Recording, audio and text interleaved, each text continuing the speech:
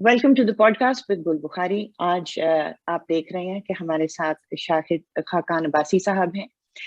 We are very very grateful to ہم. Time دیا اس ڈسکشن کے لیے. It's not Abbasi Sahab not interview, it's more of a discussion. تو بہت بہت شکریہ and welcome to the discussion Abbasi صاحب.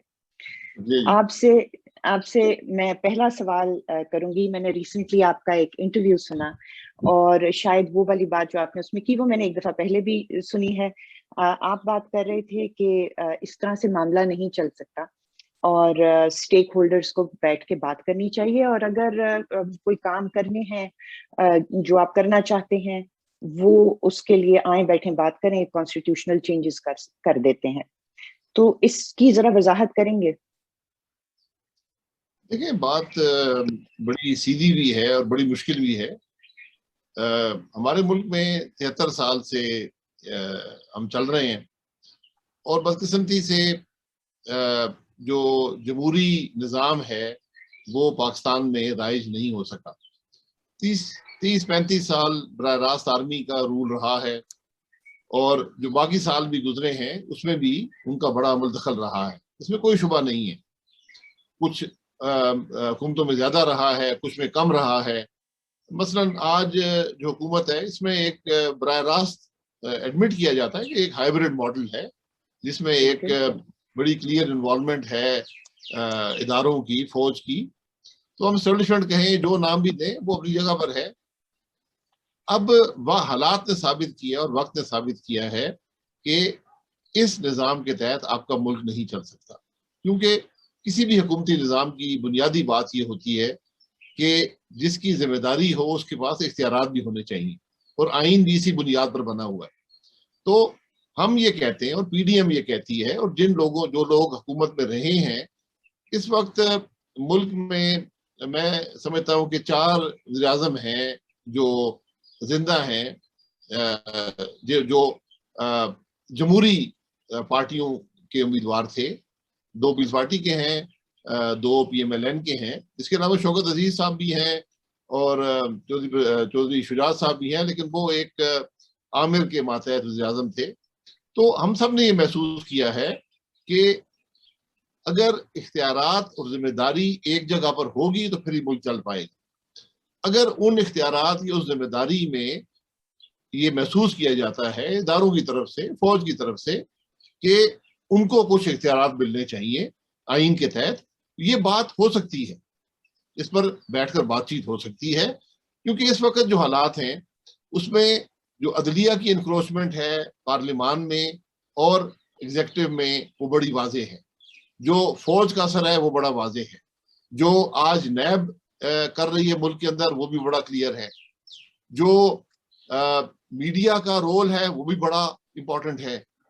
تو یہ معاملات جو ہیں اس طرح کوئی حکومت پاکستان میں چل نہیں پائے گی اور پاکستان ترقی نہیں کر پائے گا. تو آج سب سے بڑی ضرورت ہے کہ یہ طے کر لیں کہ ہمارا ملک کیسے چلے گا.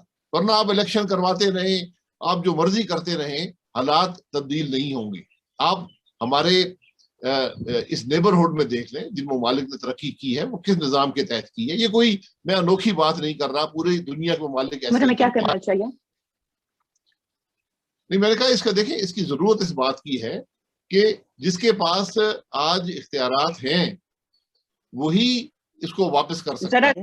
عباسی صاحب, آپ نے جو بات کی کہ اس طرح نہیں چل سکتا, تو پھر اس کا مطلب ہے کہ بات ہو سکتی ہے اور آئین میں چینجز کیے جا سکتے ہیں. تو یہاں پہ میں 2-3 پوائنٹس آپ سے پوچھوں گی. کیا آپ برما کی طرف لے کر جا رہے ہیں؟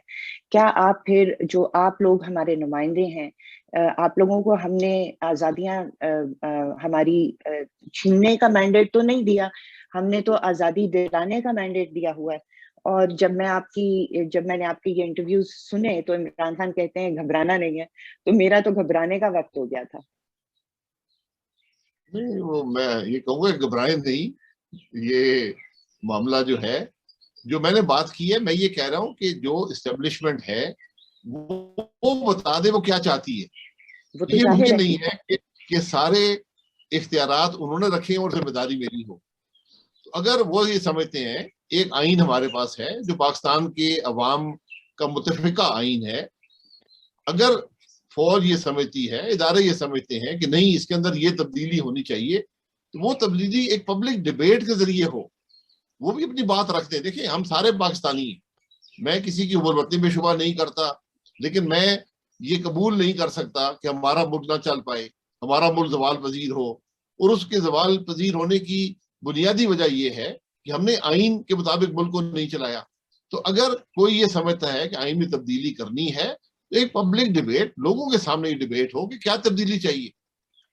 لیکن یہاں پہ پھر میں آپ کے سامنے یہ سوال رکھوں گی کہ یہ تو کافی ظاہر سا ہے کہ وہ کیا چاہتے ہیں. آپ کہتے ہیں کہ ان کو جو وہ ڈی فیکٹو لیتے ہیں وہ ڈی جورے ان کو دے دیا جائے. اب میرا سوال یہ ہے کہ یہ کیسے دے دیا جائے, کیونکہ وہ نمائندے تو ہیں نہیں, جمہوری نمائندے تو ہیں نہیں, وہ اکاؤنٹیبل تو ہے نہیں, ہم ان کو کیسے اکاؤنٹیبل کریں گے اگر آپ ان کو ڈی جورے یہ پاورز دے دیں گے. اور آپ ایسے ایک اسٹیک ہولڈر کو یہ پاورز دینے کی بات کر رہے ہیں جو کہ آپ کا سولوشن ہے, جس کی پالیسیوں نے ہمیں یہاں پہنچایا ہے.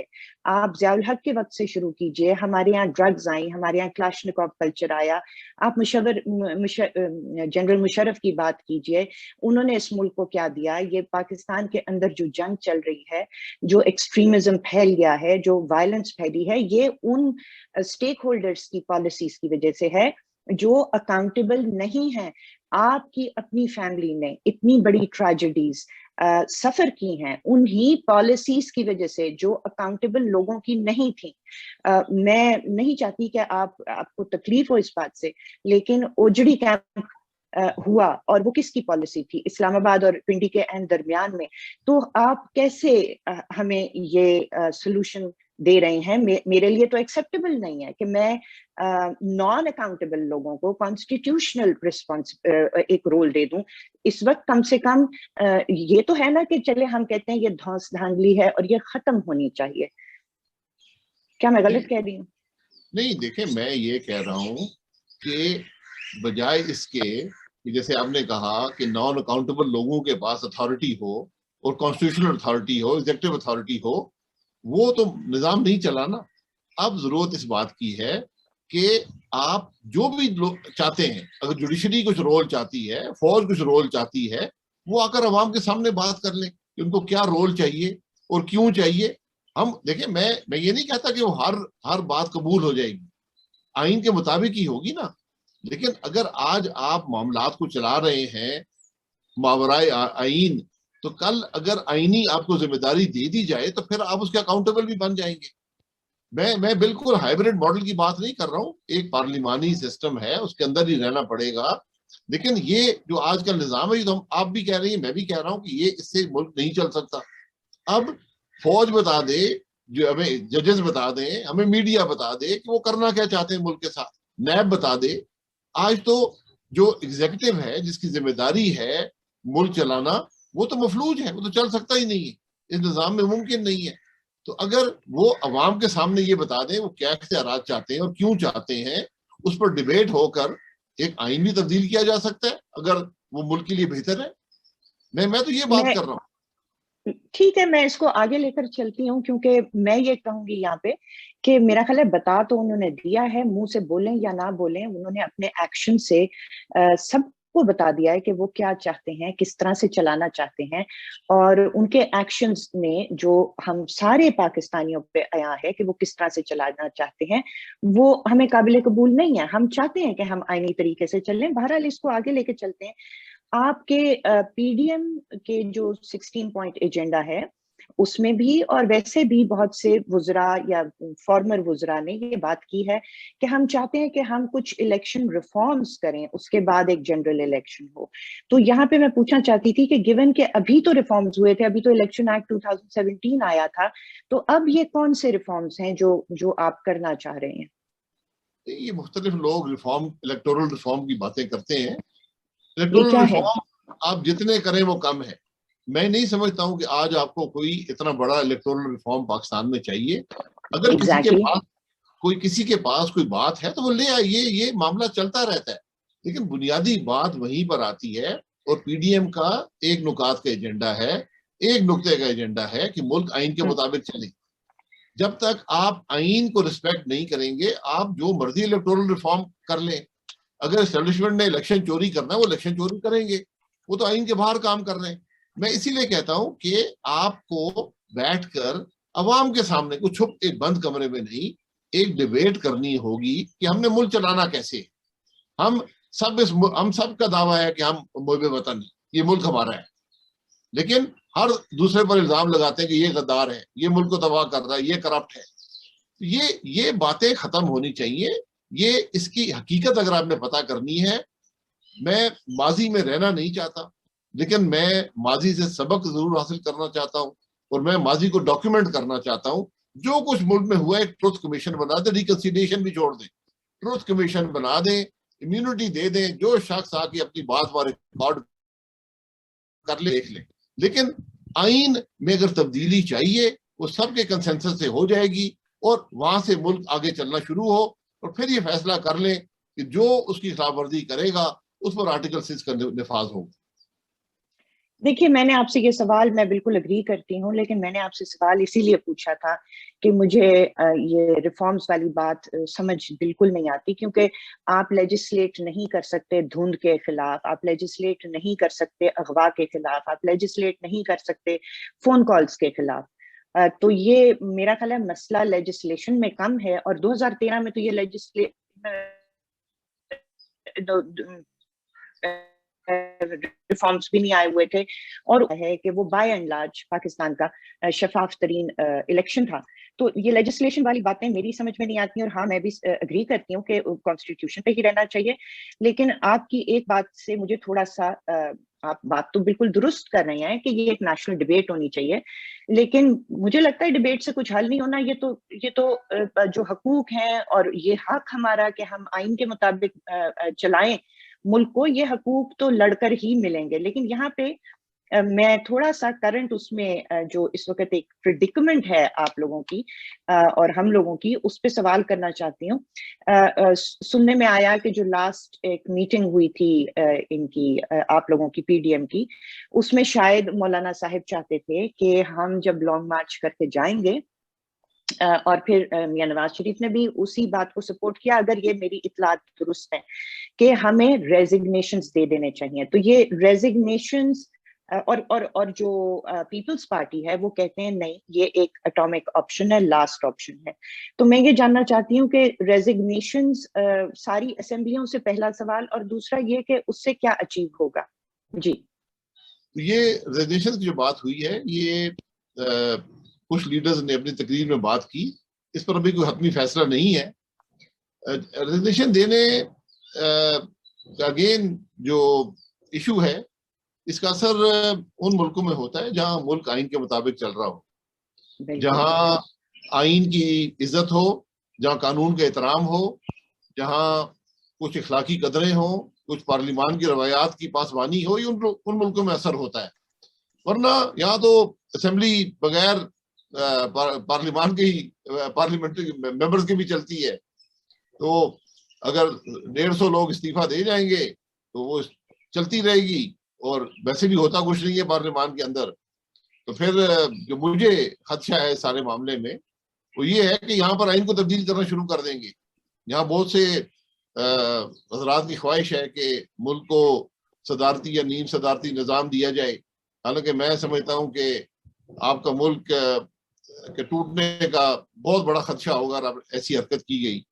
پھر بہت سے کوئی خواہش ہے کہ 18ویں ترمیم میں جو صوبوں کو جو اختیارات دیے گئے تھے, جو حقوق دیے گئے تھے, واپس لیے جائیں. NFC ایوارڈ کی جو فلور ہے اس کو ختم کیا جائے. اس قسم کی بہت سی مذہقہ خیز باتیں بہت سے افراد کے ذہنوں میں ہیں, جو نہ آئین کو سمجھتے ہیں, نہ پارلیمان کو سمجھتے ہیں, نہ حکومت کو سمجھتے ہیں, نہ اس ملک کے جو خد و خال ہے ان کو سمجھتے ہیں. وہ یہ باتیں کرتے رہتے ہیں. مجھے خدشہ ہے کہ آپ کو وہاں چل پڑیں گے, اور اس خرابی کو دور کرنے میں آپ کو ڈیکیڈز لگ جائیں گے. ہم یہ ایکسپیریمنٹس, ہمارا ملک ان ایکسپیریمنٹس کو متحمل نہیں ہو سکتا. لیکن جو پی ڈی ایم فیصلہ کرے گی, مجھے پوری امید ہے کہ اس کی پابندی ساری جماعتیں کریں گی. ٹھیک ہے, میرا بھی کچھ اپنا ذاتی خیال ایسا ہی ہے کہ جس قسم کے یہاں پہ حرکات و سکنات ہوتی ہیں ان اسمبلیوں سے، اگر آپ لوگ ریزائن کر کے چلے گئے تو ان کو تو کوئی فرق نہیں پڑے گا، وہ یہ نہیں فیل کریں گے کہ انہوں نے مورل گراؤنڈ لوز کر دیا ہے اور فریش الیکشن ہونا چاہیے، اور وہ شاید بائی پول کرا لیں، جتنے وہ جس قسم کے لوگ بیٹھے ہوئے ہیں دوسری سائڈ پہ وہ تو یہی سمجھیں گے۔ تو یہ میری ذاتی رائے ہے اور یہ شاید آپ کی رائے سے بہت زیادہ متفق ہے۔ آپ نے تھوڑی دیر پہلے بات کی تھی کہ جی ٹروتھ اور ریکنسیلیشن کو بھی چھوڑ دو، حالانکہ reconciliation is part of that, تو ٹروتھ ہی پہ تو کوئی آنا نہیں چاہتا، وہ تو کہتے ہیں ٹروتھ کے بغیر ریکنسائل کرو۔ اور جب آپ بات کرتے ہیں ٹروتھ کی بات کرتے ہیں، آپ ایک ماضی کو سامنے صاف کر کے رکھنا چاہتے ہیں کہ یہ ہوتا آیا ہے، تو عباسی صاحب یہاں پہ سوال یہ پیدا ہوتا ہے کہ آپ لوگوں نے ہی بات کی تھی ایک 2018 کے جو ہائسٹ ہوا، جو الیکشن ہائسٹ تھا ہسٹری کا شاید سب سے بڑا پاکستان کی، اس کے اوپر تو آپ لوگوں نے وائٹ پیپر بھی نہیں لکھا۔ دیکھیے تو کیا 3 سال ہونے والے ہیں، شاید ہو جائیں گے، تو کیا یہ صرف ٹاک شوز کی زینت بنے گا کہ بھی ریگنگ ہو گئی؟ کیا یہ صرف تقریروں کی زینت بنے گا کہ چوری ہو گئی؟ اس کا صحیح طریقہ کیا یہ نہیں تھا ٹروتھ ہی کی طرف جانے کے لیے کہ اس کو بہت اچھے طریقے سے ڈاکیومنٹ کیا جائے ایک وائٹ پیپر میں؟ لیکن ہماری جو پولیٹیکل کلاس ہے اس کی باتیں تو بڑی اچھی ہوتی ہیں، لیکن پھر جب عمل کرنے پہ آتے ہیں تو پھر وہاں پہ وہ کام نہیں ہوتا۔ یہ کام تو آپ لوگ کر سکتے تھے، اس میں تو آپ کو حکومت کے ساتھ کی ضرورت نہیں تھی، کسی اور کی ضرورت نہیں تھی۔ نہیں، آپ کی بات درست ہے، پولیٹیکل پارٹیز کے اندر کچھ کیپیسٹی کے ایشوز ہیں، کچھ فوکس کے ایشوز ہیں۔ پولیٹیکل پارٹیز اتنی میچیور نہیں ہے کہ وہ ہر معاملے کو اس وقت ٹیک اپ کر سکیں، اور اس حکومت نے تو اتنے معاملات پیدا کیے ہیں کہ ہم تو پیچھے رہ جاتے ہیں اور معاملات آگے ان کے جو خرابیاں آگے بڑھ جاتی ہیں۔ پھر میں یہ کہوں گا کہ یہ وائٹ پیپر جو ہے اگر وہ پارٹیزان ہو، یعنی ہم شائع کریں یا کوئی اور جماعت شائع کرے، تو وہ یہ لگتا ہے کہ یہ شاید اپنا رونا دھونا انہوں نے شروع کر دیا ہے۔ اس کے لیے ضروری ہے، جیسے میں نے کہا، کہ ٹروتھ کمیشن ہو جس میں آپ حقائق ڈاکیومنٹ کر کے عوام کے سامنے رکھ دیں۔ یہ اس کو میں بہتر طریقہ سمجھتا ہوں۔ جو ان الیکشنوں میں ہوا، ہر الیکشن میں پاکستان میں ایک حد تک دھاندلی ہوئی ہے، کوئی الیکشن بھی اس سے باہر نہیں تھا، لیکن جو 2018 کا الیکشن گیا یہ تو تمام حدیں اس نے عبور کر لی، اور اس کے اندر ہر حربہ استعمال کیا گیا، کوئی ایک ڈیفائنڈ میتھڈ نہیں تھا۔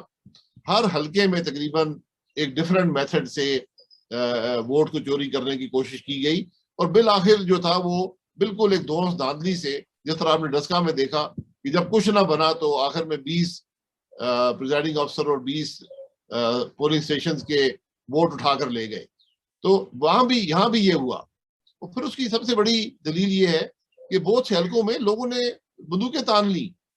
یہ جہاں پر لوگ ڈٹ گئے، انہوں نے کہا جی ہم نہیں چھوڑیں گے، یا آپ ہمیں ماریں یا ہم آپ کو ماریں گے، یہاں پر ریکاؤنٹ کریں۔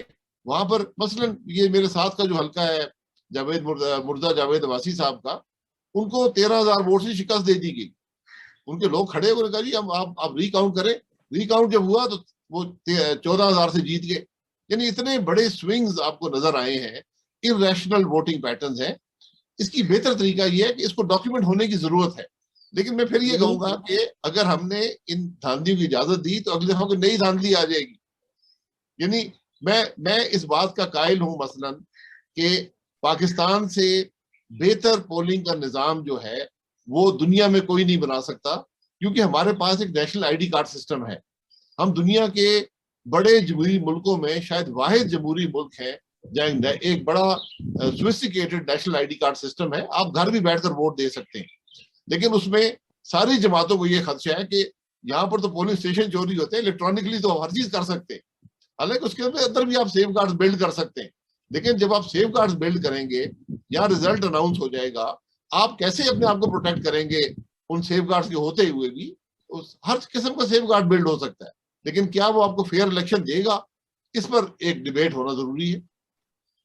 ٹھیک ہے، آپ نے کہا کہ آپ کے خیال میں ٹروتھ کمیشن ہی حل ہے، اور میرا اپنا یہ خیال ہے کہ اگر ٹروتھ کمیشن کو ہم ایک امبریلا سمجھیں اور اس کے اندر پارٹس، جب تک ہم مختلف چیزوں کو ڈاکیومنٹ نہیں کریں گے تو ٹروتھ پہ کیسے پہنچیں گے. اس لیے میرا کہنا ہے کہ وہ وائٹ پیپر لکھا جانا چاہیے. وہ بھی پھر these sort of things feed into your truth commission. کوئی چیز ڈاکیومنٹڈ ہوگی اگر، تو وہیں سے آہستہ آہستہ. اچھا، اور پھر ڈاکیومنٹڈ سے میں آپ کے پاس ایک اگلے سوال پہ آنے لگی ہوں.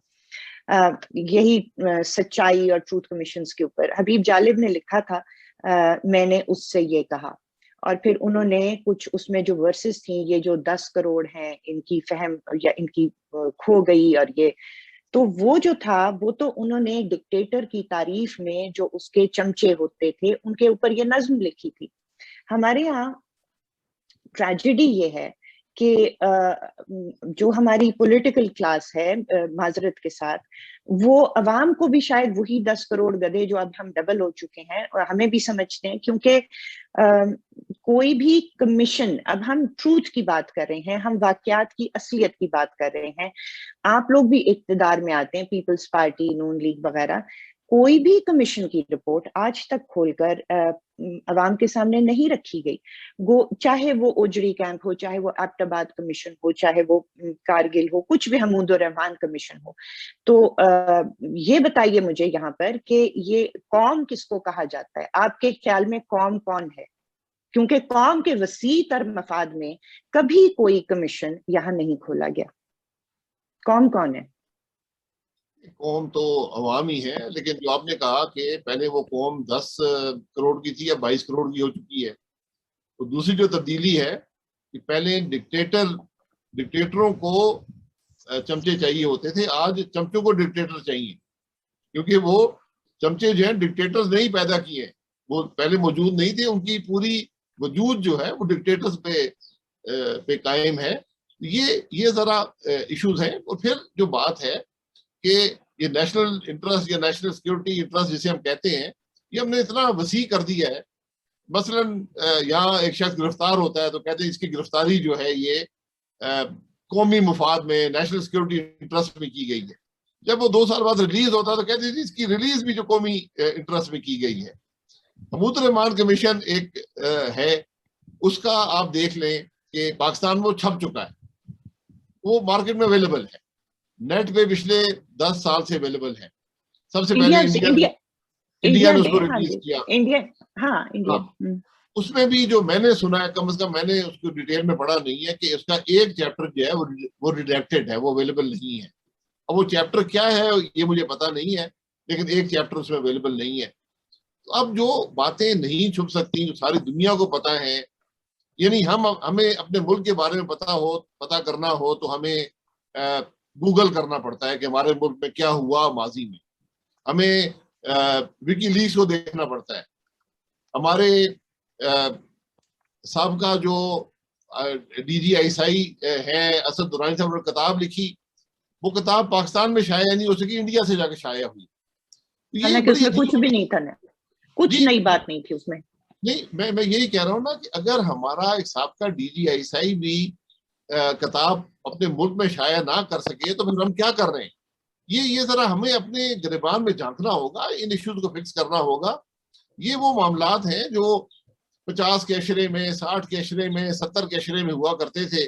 ہم آج 50 سال بعد بھی وہی انہیں کاموں میں لگے ہوئے ہیں. یہ چیزیں مستقل نہیں ہوتی اور ملک کو نقصان پہنچاتی ہیں. ہاں، پر اسی کے لیے ہم تو آپ پہ ڈیپینڈ کرتے ہیں. یہ ذمہ داری آپ لوگوں کے کندھے پہ ہے، پولیٹیکل کلاس کے کندھے پہ ہے، کہ یہاں چیپٹرز بھی ابڈکٹ ہو جاتے ہیں، لوگ بھی ابڈکٹ ہو جاتے ہیں، پوری کمیشن رپورٹس کھائی جاتی ہیں. لیکن دیکھیں، مجھے ایک گیلانی صاحب کی بات یاد آئی وکی لیکس سے، کہ ان کی بات آئی کہ جی آپ ڈرون مارتے جائیں اور ہم اپنی عوام کے سامنے سوورینٹی روتے رہیں گے. یہ عوام کو 10 کروڑ یا 22 کروڑ گدھے سمجھنا ہماری پولیٹیکل کلاس کب ختم کرے گی؟ آپ پہلے ہمیں رسپیکٹ دیں گے تو پھر شاید ڈکٹیٹر بھی ٹھیک ہو جائیں. یہ تو آپ نے چکن اینڈ ایگ والی بات کی کہ پہلے آپ ہمیں رسپیکٹ دیں گے، ہم آپ کو رسپیکٹ دیں گے. یہ بات کی بات ہے، لیکن ہم تو آپ کو دیتے ہیں. ہم تو آپ کو دیتے ہیں، پر آپ دیکھیں نا عوام کے آگے اگر ایک وزیر اعظم کہیں گے، اب ظاہر ہے وہ آپ نہیں تھے، لیکن ایک کنسپچل بات ہو رہی ہے نا جی، میں کوئی آپ کو پرسنل بلیم تو بالکل بھی نہیں کر رہی، لیکن کنسپچلی اسپیکنگ عوام کو گدھا سمجھا گیا ہے 70-72 سال کہ ان کو کچھ بتانے کی ضرورت نہیں ہے، اور جس کو پولیٹیکل کلاس کہتی ہے کہ یہ ہماری طاقت کا سرچشمہ ہے، تو ان کو پھر گدھا بھی سمجھتی ہے۔ باتیں عوام کے سامنے ہونی چاہیے۔ پولیٹیکل کلاس نے اونرشپ نہیں لی تھی ڈرون اٹیکس کی، اور وہ ہوتے رہے، بعد یوں نظر اس سے کہ وہ درست تھا کہ غلط تھا، اس کے لیے لیگل کور لیا جا سکتا ہے۔ تو میرا یہ مطلب ہے کہ پولیٹیکل کلاس خود بھی اونرشپ لے اور عوام کو بھی اعتماد میں لے، درست کہ نہیں؟ آپ بات کر رہی ہیں ایک یہاں پولیٹیکل کلاس کوئی چیز نہیں ہوتی یہاں پر، تو جسے آپ پولیٹیکل کلاس کہہ رہے ہیں ساری کریٹڈ پولیٹیکل کلاس ہے۔ یہاں تو لوگ وہ سیاست میں لائے جاتے ہیں جو کسی کی بات مانتے ہوں، ان کو کریٹ کیا جاتا ہے، ان کو فنڈ کیا جاتا ہے، ان کو میڈیا سے سپورٹ کیا جاتا ہے، تو وہ لوگ پھر وہی بات کریں گے جو اسٹیبلشمنٹ چاہے گی۔ یہ وقت یہ بتا دی ہے یہ ساری بات۔ اب بات یہ ہے کہ آپ پولیٹیکل جو لوگ حکومت میں ہوتے ہیں وہ کرتے کیا ہیں؟ آپ کوشش کرتے ہیں برج کرنے کی، جو ملک کے سو کالڈ یا حقیقی نیشنل سیکورٹی کنسرن ہوتے ہیں، ان کو آپ برج کرتے ہیں جو ملک کے حقائق ہوتے ہیں ان کے ساتھ۔ اور یہ ایک بڑی، یہ میں اس بات سے ایگری نہیں کرتا، لیکن یہ وہ معاملات ہوتے ہیں جو آپ کو برج کرنے پڑتے ہیں۔ یہ زمینی حقائق ہوتے ہیں حکمرانی کے اس ملک کے اندر۔ اگر آپ وہاں پہ جھگڑے ڈال دیں گے، وہاں پہ ان باتوں کی طرف جائیں گے، پھر آپ کے مثلاً بہت سی باتیں ہیں، مطلب میں جو آپ کے سامنے بیان نہیں کر سکتا، میں نے تو اس کی ایک سطحی بات کر دی ہے، کیونکہ ہم نے ایک اور بھی اٹھایا ہوتا ہے، جہاں ہزاروں لاکھوں باتیں ڈیلی بیسس پر ہوتی ہیں جس کی حقیقت عوام کے سامنے کبھی آتی نہیں ہے، تو وہ باتیں اپنی جگہ پر رہ جاتی ہیں۔ یہ پولیٹیشین ہی ہوتا ہے جو ان چیزوں کو ابزارو کرتا ہے، سارے معاملے کو برج کرتا ہے۔ میں بالکل یہ نہیں کہتا کہ یہ اخلاقی طور پہ درست بات ہے، یا یہ آئینی طور پہ درست بات ہے، یا یہ سیاسی طور پہ درست بات ہے، لیکن یہ جو ملک کے اندر یہ ڈفرینٹ انفلوئنسز ہوتے ہیں ایگزیکٹو پر یا پارلیمنٹ پر، تو یہ سیاستدان ہی ہوتا ہے جو اس کو برج کرتا ہے۔ لیکن جن جو کریٹڈ سیاسی کلاسز ہیں وہ کبھی بھی ملک کو کوئی مستقبل نہیں دے سکیں گی، اور یہ سب سے بڑی خرابی جو عامریت کی رہتی ہے وہ یہی ہوتی ہے کہ وہ ایک ایسی پولیٹیکل کلاس کریٹ کر جاتا ہے جو بیسیکلی رینٹ سیکنگ ہوتی ہے، یا جو اپنے ذاتی مفاد کے لیے زیادہ کام کرتے ہیں، ملکی مفاد کے لیے کام نہیں کرتے۔ ٹھیک ہے، میرا خیال ہے میں شاید سمجھ رہی ہوں جو بھی آپ نے بات کی ہے، اور یہ جو اوتھ وغیرہ ہوتا ہے دوسرے ملکوں میں بھی ہوتا ہے، لیکن پاکستان میں بدقسمتی سے عوام کو بہت زیادہ اندھیرے میں رکھا جاتا ہے۔ I think this probably needs a wider discussion and this needs to change، کیونکہ آپ بھی اگری تو نہیں کرتے، آپ تو صرف زمینی حقائق بتا رہے ہیں۔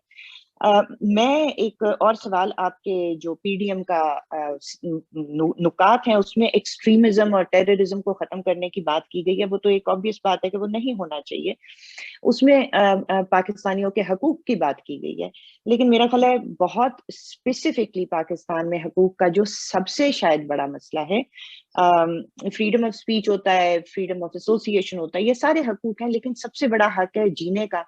تو جو سب سے بڑا مسئلہ ہے مسنگ پرسنز کا، جو بڑھتا چلا جا رہا ہے which is expanding، اس کا کوئی ذکر فکر نہیں ہے، اور یہ اٹس این ایلیفنٹ ان دا روم۔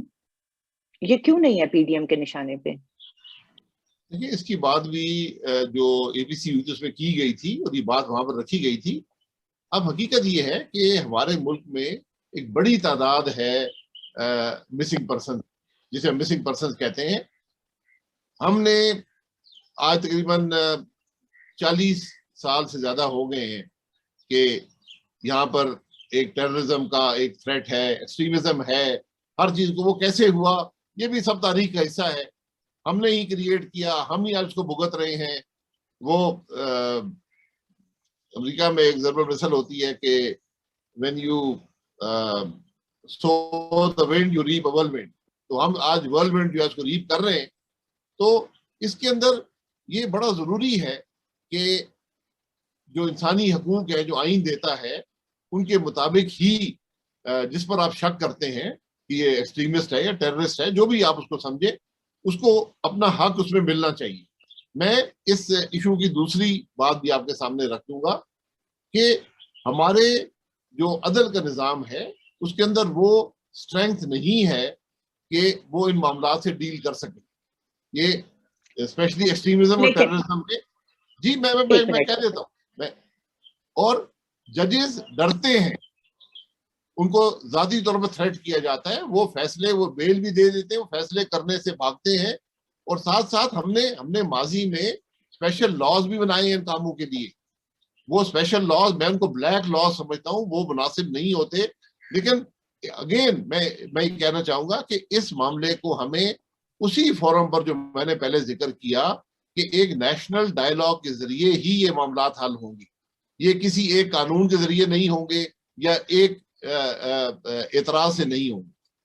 نہیں عباسی صاحب معذرت کے ساتھ دیکھیے، آپ بلیک لا اور وہ مجھے پتا ہے ملٹری کورٹس کی بات کریں، چلیں اس سے آگے چلے جاتے ہیں. وہ سال کے لیے یا 2 سال کے لیے بنے تھے اور آپ کی حکومت تھی، آپ کے پاس موقع تھا کہ وہ جوڈیشل ریفارمز جن کی طرف آپ اشارہ کر رہے ہیں، پروٹیکشن سسٹم، وہ آپ درست کر دیتے.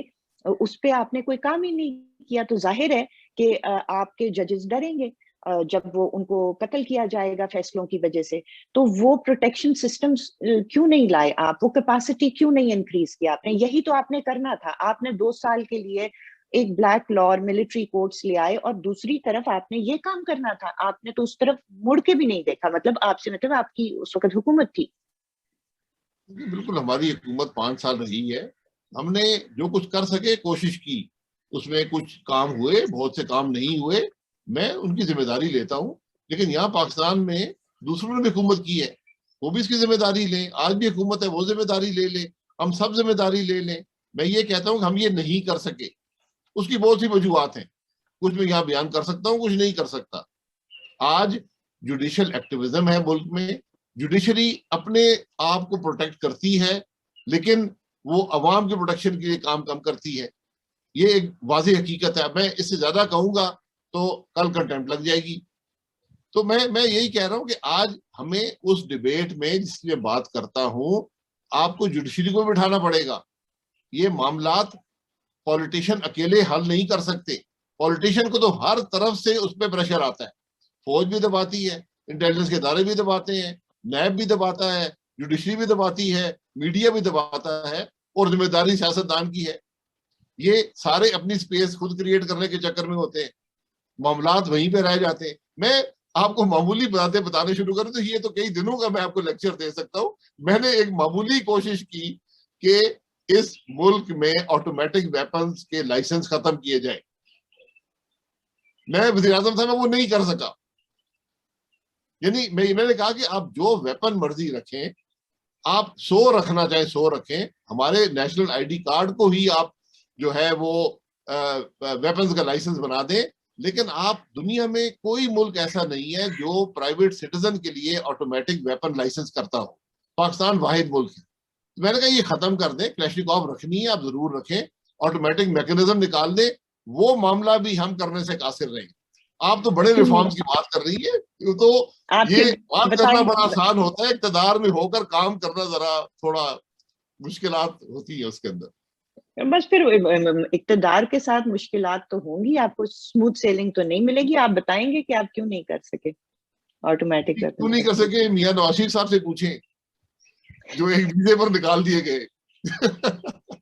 آپ کو سمجھ آ گئی؟ اچھا دیکھیے، ریفارم کی جب بات کرتی ہے، یہ بات آپ بھول جائے کہ جب کوئی اور راستہ نہیں رہتا پھر ایک اقامے پر اور اپنے بیٹے کی کمپنی سے تنخواہ نہ لینے پر ہم حکومت بھی توڑ دیتے ہیں. اس کے اوپر میں آخری سوال لاؤں گی آپ کے پاس. یہ بہت انٹرسٹنگ سوال ہے وہ والا. ابھی آپ نے پریشرز کی بات کی، ٹھیک ہے، اور آپ پچھلے کئی دنوں سے اپنے پریس ٹاکس میں اس میں بتاتے رہے ہیں کہ جی یہ مت کرو، ہمارے لوگوں کو مت ڈراؤ، ہمارے لوگوں کو فون مت کرو، ہمیں دھمکیاں مت دو. تو یہاں پہ اور پھر جو لوگ دھمکی میں آ جاتے ہیں وہ ظاہر غائب ہو جاتے ہیں. آپ کے 64 ووٹرز کی بجائے آتے ہیں 14 جو ہیں وہ ڈرا یا دھمکا کے یا کچھ کر کے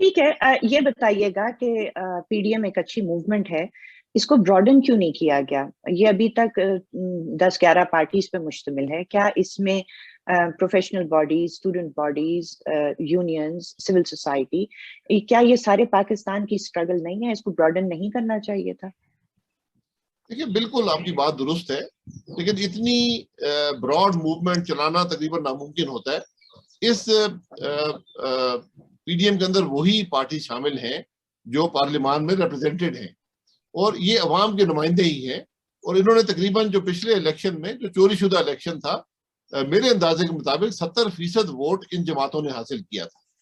تو یہ ڈیفینیٹلی ایک ریپرزینٹیٹو باڈی ہے، اور آپ کم از کم جو سکسیس ہے اس کی وہ ضرور بات کرنے کی ضرورت ہوتی ہے کہ پہلی دفعہ پاکستان میں ایک موومنٹ آئی ہے جو اقتدار کی بات نہیں کر رہی، جو آئین کی بات کر رہی ہے، اور اس موومنٹ میں ہر فکر کی جماعت شامل ہے، ہر سوچ کی جماعت شامل ہے، سیکولر جماعتیں بھی ہیں، جو پروونشل جماعتیں بھی شامل ہیں، اس کے اندر ریلیجس پارٹیز بھی شامل ہیں، ہر فکر ہر سوچ شامل ہے، اور وہ سب ایک بات کر رہے ہیں کہ ملک آئین کے مطابق چلے۔ تو میں تو پی ڈی ایم کو اس ملک کی سیاست میں، اس ملک کے جو مقصد تھا اس کے بننے کا، اس میں ایک بڑی سیریس اور بڑی ایک اسٹرانگ یونیفائنگ فورس سمجھتا ہوں۔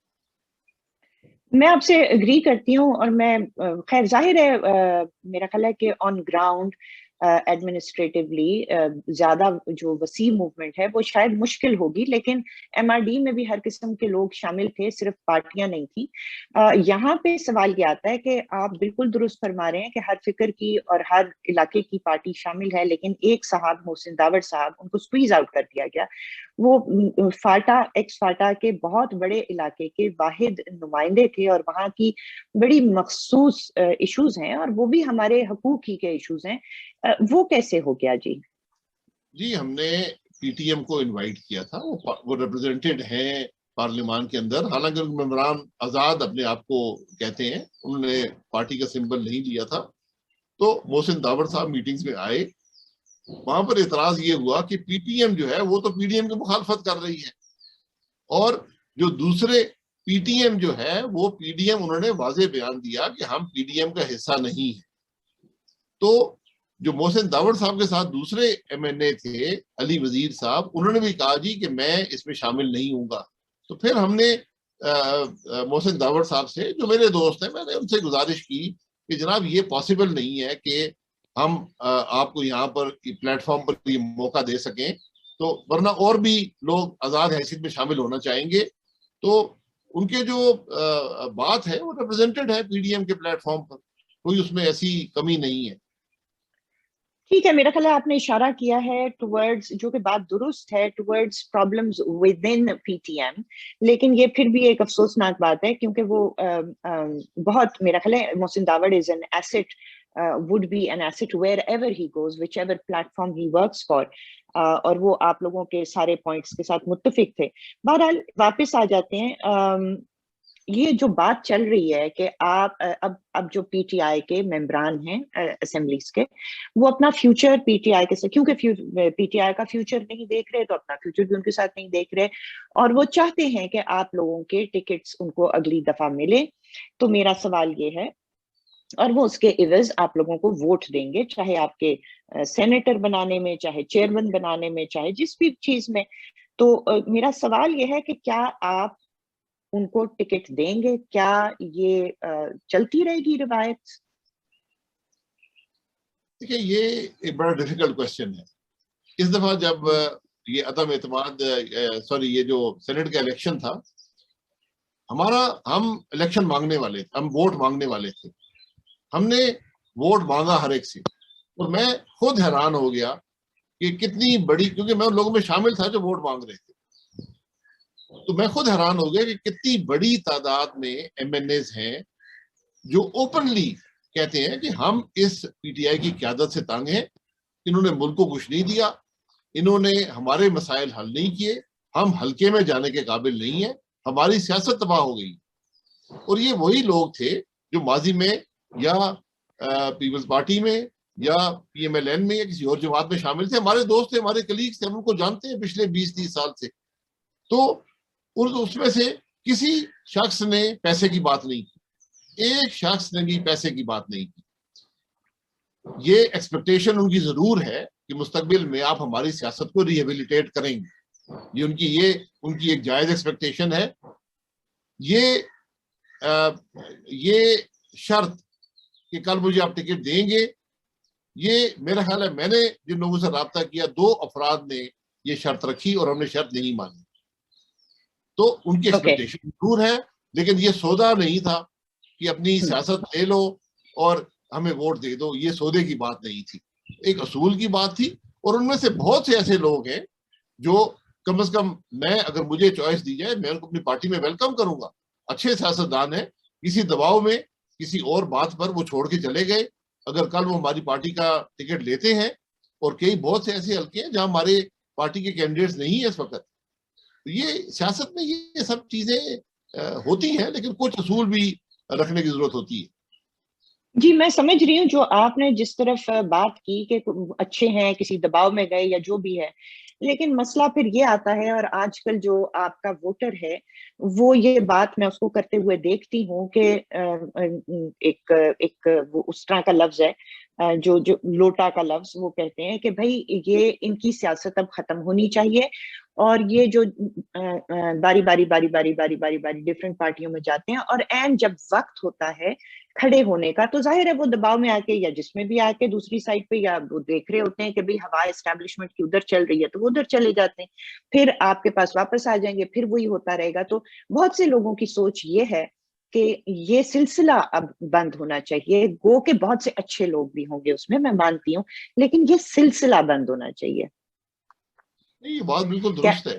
یہ جو لوٹوں والا معاملہ تھا، جو وفاداریاں بدلنے والی بات تھی، ووٹ عوام سے لیا دوسری جماعت میں چلے گئے، یہ تقریباً ختم ہو چکا تھا، لیکن اس کو پھر 2002 کے الیکشن نے مشرف دور نے ریوائیو کیا، جب اسٹیٹ انسٹیٹیوشن جو تھے، انٹیلیجنس کے ادارے تھے، انہوں نے پیپلز پارٹی کو توڑا، پی بنا دی، پاکستان پیپلز پارٹی پارلیمنٹیرین آدھی پیپلز پارٹی توڑ کے وہاں پر لے گئے، پی ایم ایل این پہ بڑا دباؤ رہا، ہماری جماعت کے میں خود اس کا حصہ دار تھا، ہمیں بڑی واضح چوائس دی گئی، اگر نہیں چھوڑو گے جماعت تو ہار جاؤ گے الیکشن، اور یہ ہمارے ساتھ ہوا، بہت سے لوگ چلے گئے، بہت سے نہیں گئے، تو یہ 2008 کے الیکشن میں کچھ بہتری ہوئی، بدقسمتی سے پھر 2018 میں یہی بات شروع ہوئی کہ نہیں آؤ گے تو مار کھا جاؤ گے، تو یہ خرابیاں ہم نے دور کرنی ہے۔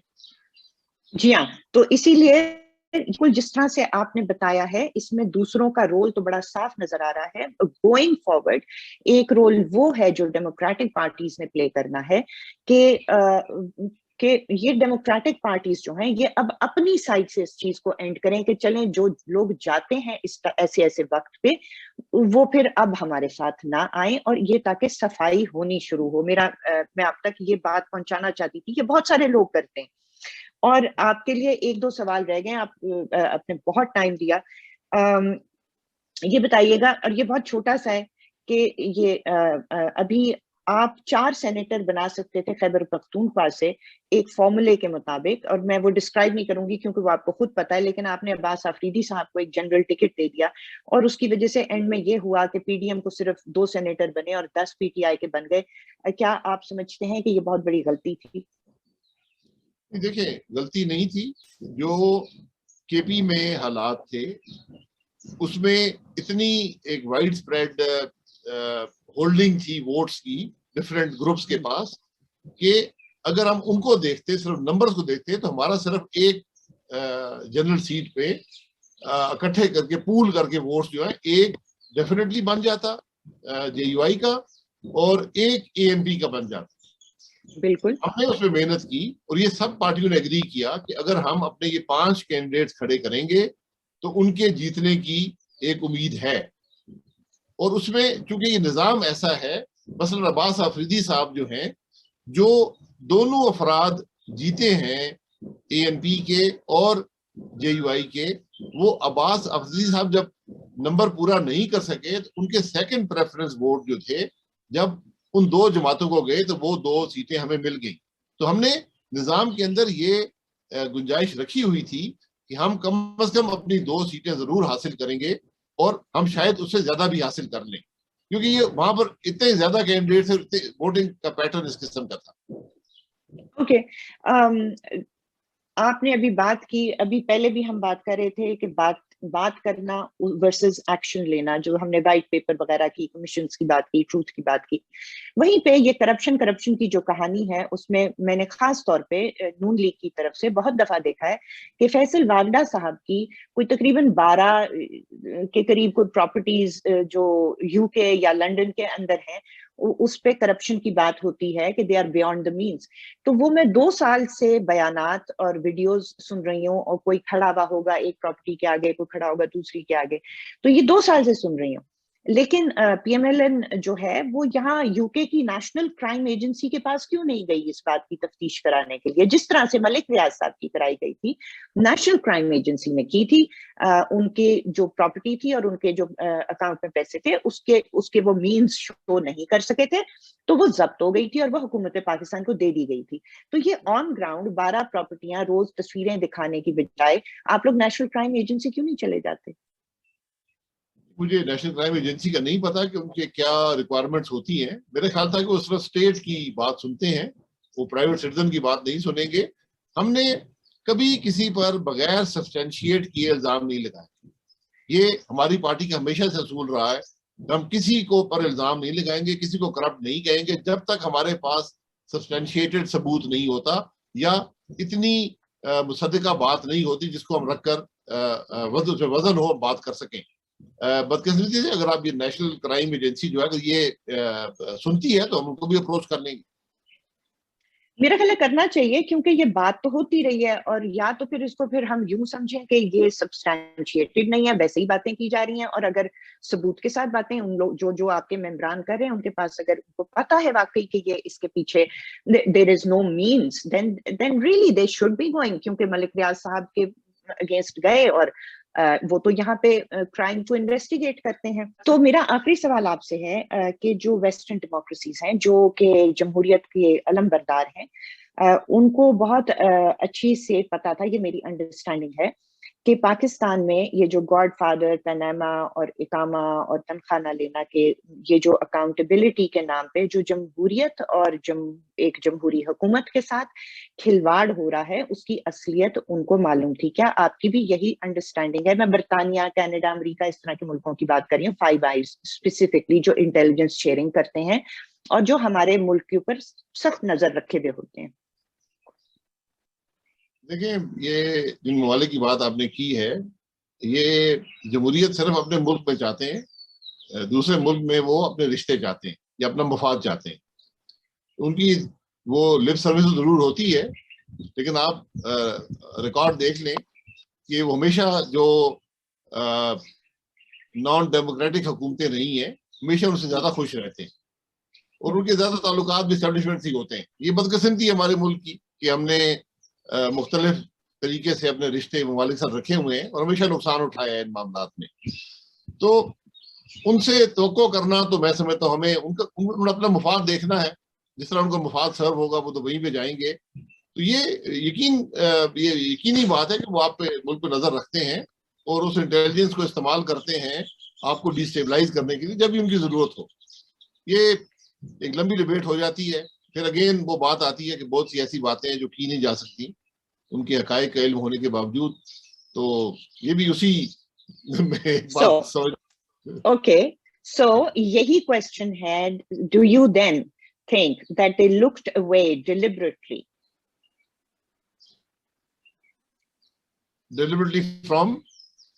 from what was happening in Pakistan in 2017. جمہوریت کو جس طریقے سے جھنجھوڑا اور ہلایا جا رہا تھا، عوام کا مینڈیٹ عدالتوں میں جا کر چھینا جا رہا تھا، do you think they looked away from it deliberately؟ نہیں، وہ لک اوے نہ بھی کرتے تو کیا کر لیتے، ہم تو خود تیار تھے اپنے ملک کو ڈیسٹیبلائز کرنے میں، اور آپ کا اپنا سپریم کورٹ یہ کام کر رہا تھا۔ وہ اب آپ کی جوڈیشل سسٹم میں تو آ کے مداخلت نہیں کر سکتے نا، ہمیں تو اپنے گھر کو درست کرنے کی ضرورت ہے۔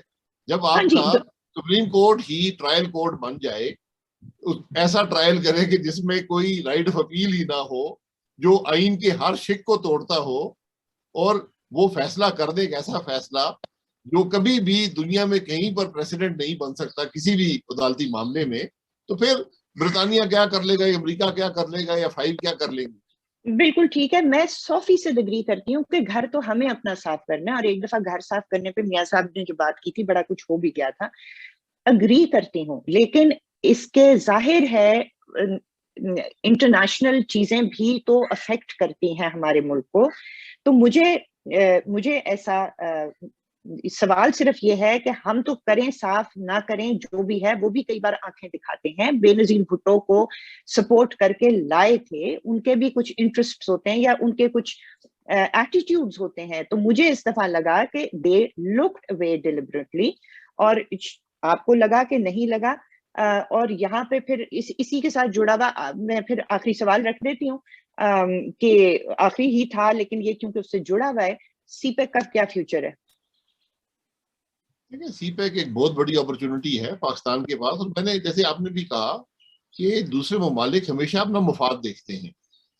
چین سے آپ کی ایک ایسی ریلیشن شپ ہے جو کم از کم میری نظروں میں صرف اس مفاد پہ قائم نہیں ہے، اس میں ایک ڈیپر ریلیشن شپ میں اس کو سمجھتا ہوں، ماضی میں بھی رہی ہے اور آج بھی ہے.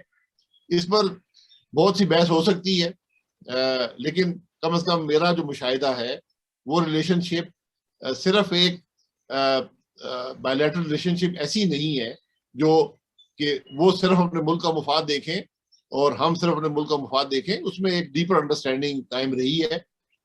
سی پیک اسی کا نتیجہ تھا، اس ایک ڈیپر انڈرسٹینڈنگ کا. اور آپ دیکھ لیں کہ جو سی پیک ہے ایسی ریلیشن شپ کوئی اور چائنا کی نہیں ہے کسی کے ساتھ. آپ جو بھی ان کی اکنامک ریلیشن شپس یا ملٹری ریلیشن شپس ہیں دنیا میں، ایسی کسی کے ساتھ نہیں ہے. یہ ایک بڑی یونیک ریلیشن شپ ہے. بدقسمتی سے شاید ہم اس کو سمجھ نہیں سکے یا ہم دباؤ میں آ گئے. اور یہ سی پیک جو پاکستان کی تاریخ کا سب سے اہم اور بڑا ڈیولپمنٹ کا پیکج تھا، ہم نے اس کو آگے بڑھانے میں ہم ناکام رہے ہیں.